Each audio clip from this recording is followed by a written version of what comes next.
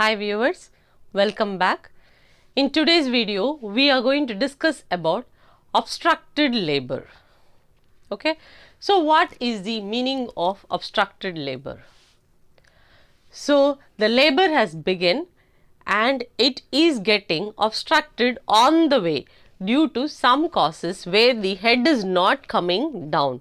Maybe it is the fault in the passage or with the passenger. These are the two areas. So whenever you suspect obstructed labor, either the cause will be from the fault with the passage or with the passenger.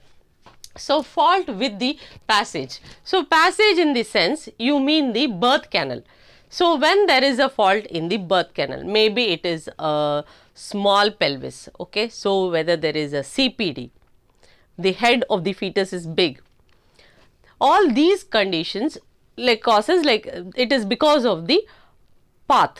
Okay, the path is not clear and the baby is not able to come out. So that is the fault in the path. And next is the fault in the passenger. Fault in the passenger in the sense it is because of some fetal causes.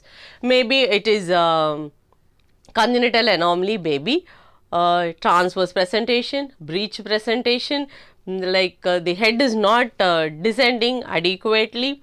Some cases of hydrocephalus baby, in some cases of locked twins where the twins are locked and they are not giving any pathway to come out. So one has to come front and one has to come behind, but this doesn't happen and they are interlocked. So because of that, sometimes it is a bro presentation. So all these factors can cause, that is it is the fault with the passenger, it is the because of the fetal causes. Okay.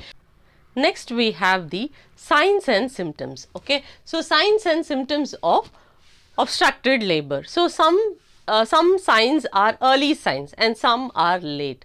The early signs of obstructed labor include the descending part, that is the presenting part is not felt by the midwife. Okay, so when you do a PV, you are supposed to feel for the presenting part. Okay, when the presenting part is not felt, at that time the head is high. So why it is high? So that is one indicator there may be an obstructed labor. Okay, and the other is dilatation is not proper.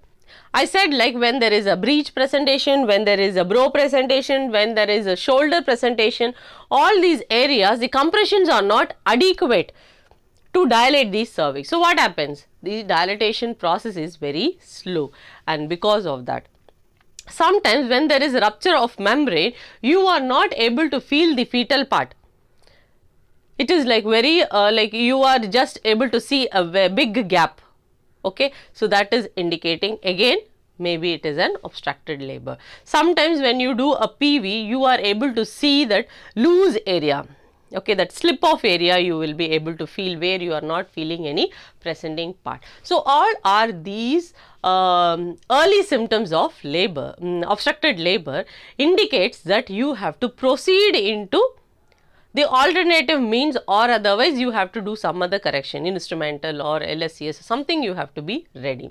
In case if this management is not done properly, if you are not identifying obstructed labor in the early phase, then the woman will proceed into the later phase of obstructed labor. The late phase includes the complications where the women will go in for dehydration, tachycardia, increased blood pressure, sometimes she will faint. All these things can happen, and sometimes the pain level is very high, she becomes anxious and restlessness will be present. Okay, so these are the early and the late signs of obstructed labor. Then coming to the effect of mother and fetus. Okay, when there is an obstructed labor, it affects the health of the mother very badly. Okay, so it is a long period the woman is having suffering. Okay, so she is very anxious, she will go in for dehydration. Okay, she becomes restless, all her vital signs are modified, and like she can go in for sepsis, she can go in for infection. Times the woman can go in for PPH, there may be an shock due to the pain. Sometimes there is a fistula formation, anything can happen from the maternal side. From the fetal side, the fetal will have lot of complications as asphyxia, fetal hypoxia, then meconium aspiration syndrome. Fetal distress can be present, and sometimes it is intrauterine fetal death can happen. So, anything can land up. So, when the obstructed labor is present, the complications are present both for the mother and the fetus. Okay. So, when you are doing an internal examination, how you will be able to identify obstructed labor? Okay. So, already we have said, when you do an internal assessment, you will not be able to feel for the presenting part. So, you will be able to feel the gap between the cervix and the the bag of water. You will be able to feel there is a gap between the area. Okay. And when there is a descent doesn't take place easily, dilatation doesn't take place easily. It is all because of this obstructed labor, where the fetal part is not coming down.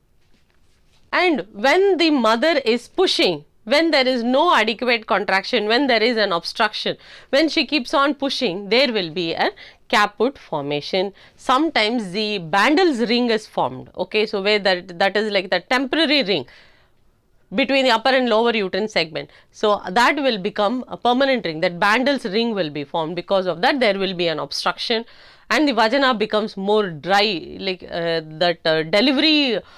The preparation only is not there for the vagina. All these things can happen internally when you do an internal assessment. When you do a palpation, or like if you do a PV, you are able to assess all these things. Okay. Prepare for the management of an obstructed labor. You have some preliminaries. Actually, we have discussed the early signs and symptoms and the late signs of obstructed labor. When you are identifying the early symptoms, you can prevent the late symptoms. So, in preliminaries, you will be able to identify, the women can go in for dehydration. So, you can prevent dehydration, you can prevent ketoacidosis, you can prevent the the delayed labor, that is like the prolongation, the caput formation you can prevent.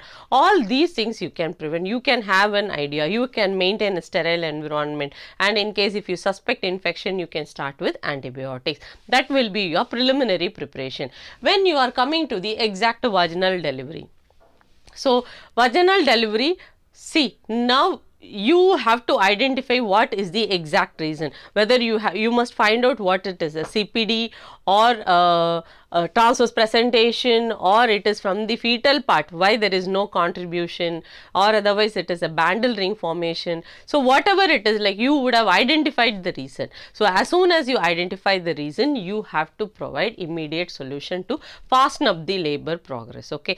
If it is a favorable environment, you can use oxytocin or prostaglandin to proceed the labor fast. So, in case only the contraction part, if it is missing, then you can do all these things to proceed fast.